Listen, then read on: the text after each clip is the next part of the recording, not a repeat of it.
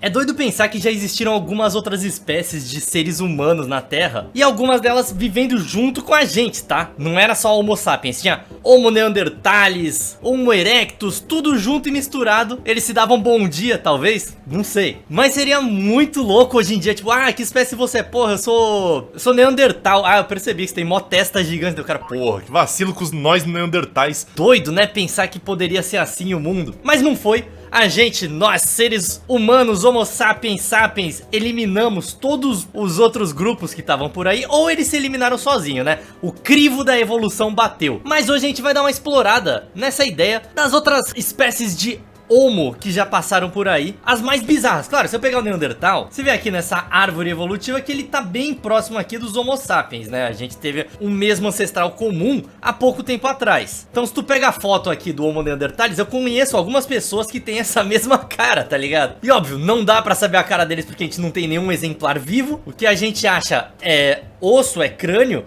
Então tem que imaginar como é que eles eram, né? Será que eles realmente tinham esse narigão espalmado?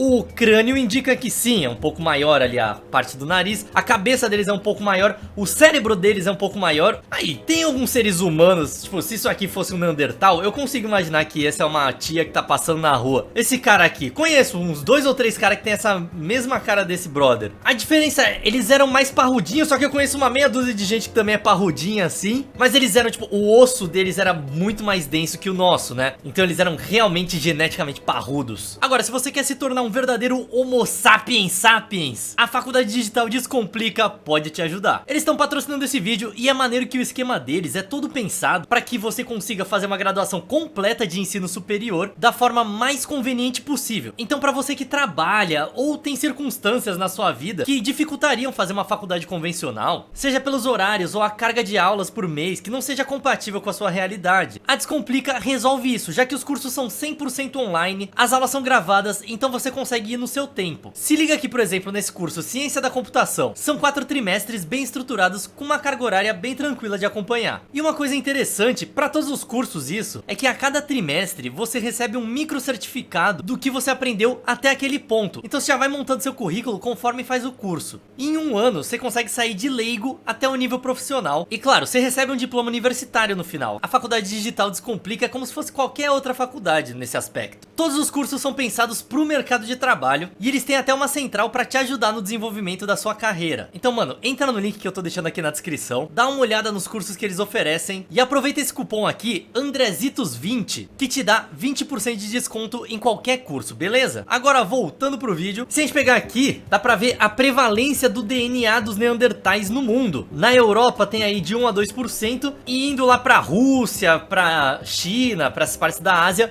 aumenta pra 3%. Doido pensar isso, na África tem muito pouco, até porque o Homo sapiens se gerou na África, né? E acho que foi ter o contato com os neandertais só depois que já tinha migrado pra Europa e pro Cáucaso por aí, o que quer dizer que provavelmente teve cruzamentos entre as duas espécies, pouco, mas teve, e por isso a gente tem um tanto de genoma de Neandertal. A gente, quer dizer, se você for de Angola e tá assistindo, provavelmente você não tem, mas eu devo ter um pouquinho ali. Como dá pra perceber com essa thumb, que mano, ficou muito bom minha cara de Neandertal, né? Mas e se a gente pegar as espécies de hominídeos que não eram do gênero Homo ainda e são tanto mais distantes da gente? Por exemplo, o famoso Australopithecus afarensis, que você bate o olho e você não sabe, é uma pessoa, é um macaco, é uma mistura dos dois. O que dá pra saber é que é um macaco bípede, mas até esse ponto, tipo, gorila, ele anda meio que bípede, tá? Ele põe o bração ali embaixo pra andar, mas ele consegue ficar bípede se quiser. É tipo proporções humanas, né? Interessante isso. Eles viveram há mais ou menos 3 milhões de anos atrás. Só pra uma perspectiva, nós Homo sapiens chegamos aqui a 300 mil anos, que a gente realmente virou uma espécie, né? Então é uma parada muito mais antiga, 10 vezes mais antigo que a gente. Não se sabe exatamente se eles foram antepassados do gênero Homo, né? Mas foi um caminho parecido. Aqui tá mostrando eles com ferramenta, o cara de tanquinho e tal, usando pedaço de pau. possivelmente eles usavam ferramenta assim, levando em consideração que, tipo, o orangotango usa ferramenta, né? Não é um bagulho tão absurdo. Isso não quer dizer que as coisas foram ficando mais humanas, não. Teve algumas espécies que foram pra um lado menos humano. Por exemplo, Paranthropus boisei. Parece um gorila grandão, não tem nada a ver com um gorila, geneticamente, né? Se você pegar aqui a linhagem evolutiva, Paranthropus, uma divisão antes de chegar no Homo habilis. É muito próximo já do Homo, que seria o nosso gênero. Mas se você pega o crânio dele, é bugadésimo, mano. Olha isso, tipo, ele tem pouquíssimo cérebro. Os olhinhos, o olhinho dele parece muito simpático, pelo menos. Uma mandíbula gigantesca pra comer sei lá o que ele comia, velho.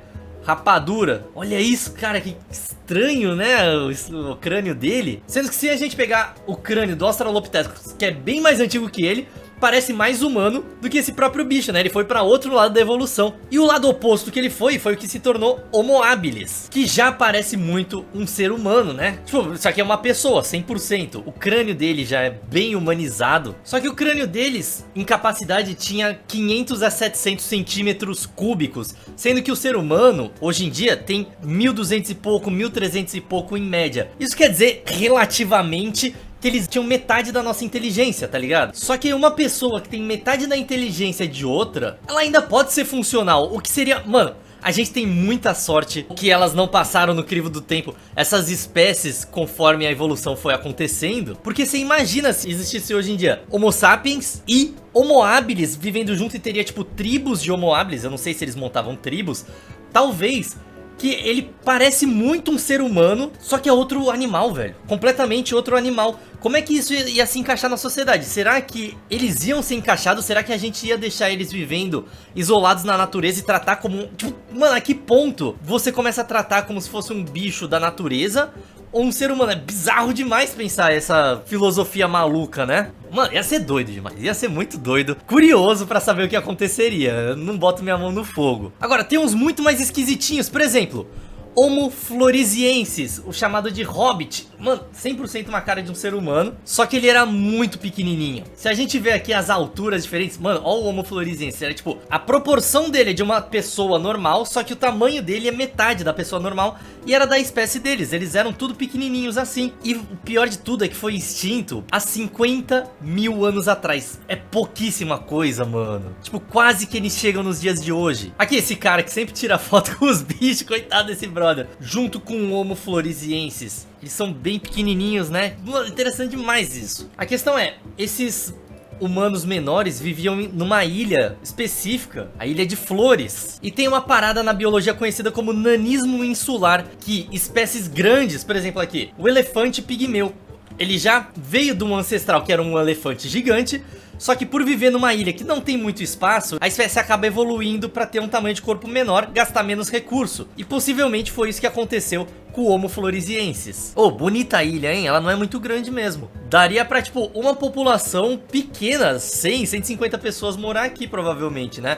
Não sei, se eles vivessem da pesca, talvez conseguisse ter um pouco mais, né? E se eles tivessem barco, eles conseguiriam passar para outras ilhas, mas eu não sei se eles tinham... Porque eles só tinham 400 centímetros cúbicos de cérebro. Usavam ferramentas, mas eu não sei se é o suficiente pra você conseguir ter a ideia de montar um barco, tá ligado? O que é doido de pensar que provavelmente os ancestrais deles devem ter chegado na ilha de barco. Será, mano? Tô chutando pra caceta aqui, velho. É, ninguém sabe na verdade. Tem até teoria de que sem querer... Mas, pô, essa aqui é zoeira que os caras estão sugerindo isso. Sem querer, eles chegaram na ilha, levados num náufrago de, sei lá, um pedaço de pau que dois indivíduos, Adão e Eva, do Homem Floresiensis, seguraram e chegaram na ilha e popularam. Mano, isso é pouco provável demais, né? Mas tem alguns pesquisadores que sugerem que eles já chegaram nesse tamanho na ilha, então não é como se fosse uma evolução insular para eles ficarem menores. A população que chegou lá já era assim. Ninguém sabe de verdade. Outro interessante é o Homo naledi, vivia na África e ele tinha as pernas longas. Isso era interessante, não faz muito tempo que ele deixou de existir também, 300 a 200 mil anos, ou seja, ele chegou a conviver na mesma época que os seres humanos, não quer dizer que eles estavam na mesma região e que eles se encontravam, né? Possivelmente. Mas uma coisa interessante sobre essa espécie é que tem teoria de que eles enterravam os mortos, e que é um puta comportamento complexo, né? Você pensar, ah, uma pessoa morreu, vamos fazer alguma coisa com o corpo dela que não é só deixar na terra em algum lugar. Tá, eu sei, tem o elefante que vai lá e fica em cima do corpo do elefante que morreu, dando, sei lá, meio que chorando, vamos dizer assim, não que ele chore. Mas não é como se ele cavasse uma tumba e fizesse um ritual pra enterrar ele. E o mais doido é que eles tinham uma caverna que eles andavam alguns metros embaixo da terra só pra levar os corpos nessa caverna. O que quer dizer que, se eles têm esse trabalho todo, algum significado tem em jogar na caverna. Não é só por, você pode dizer higiene, igual as formigas fazem. A formiga que morreu eles colocam num outro cômodo pra não infeccionar o bagulho. Não, era uma caverna difícil demais de entrar. Pra fazer isso pra todo mundo, quando uma pessoa morresse, tinha que ter um significado maior pra eles. Claro, não é todos os estudiosos que aceitam, e acho que não é nem a maioria, que aceitam que eles realmente faziam isso, ou como esses corpos foram parar na caverna, né? Mas é interessante pensar que pode existir a possibilidade. A gente tem os Gigantopithecus, que daí a gente já tá saindo da linhagem relacionada aos seres humanos. Isso aqui tem uma cara de orangotango, né? Mas era aí um primata gigantesco, tinha 3 metros de altura, meu Deus do céu. E que provavelmente te mataria em um soco, não tem como ganhar dessa criatura aqui, né, velho? E é isso, dê graças a Deus por você ter nascido um Homo sapiens, porque poderia ter sido pior. E o vídeo vai ficando por aqui, eu espero que você tenha gostado e até mais. Tchau.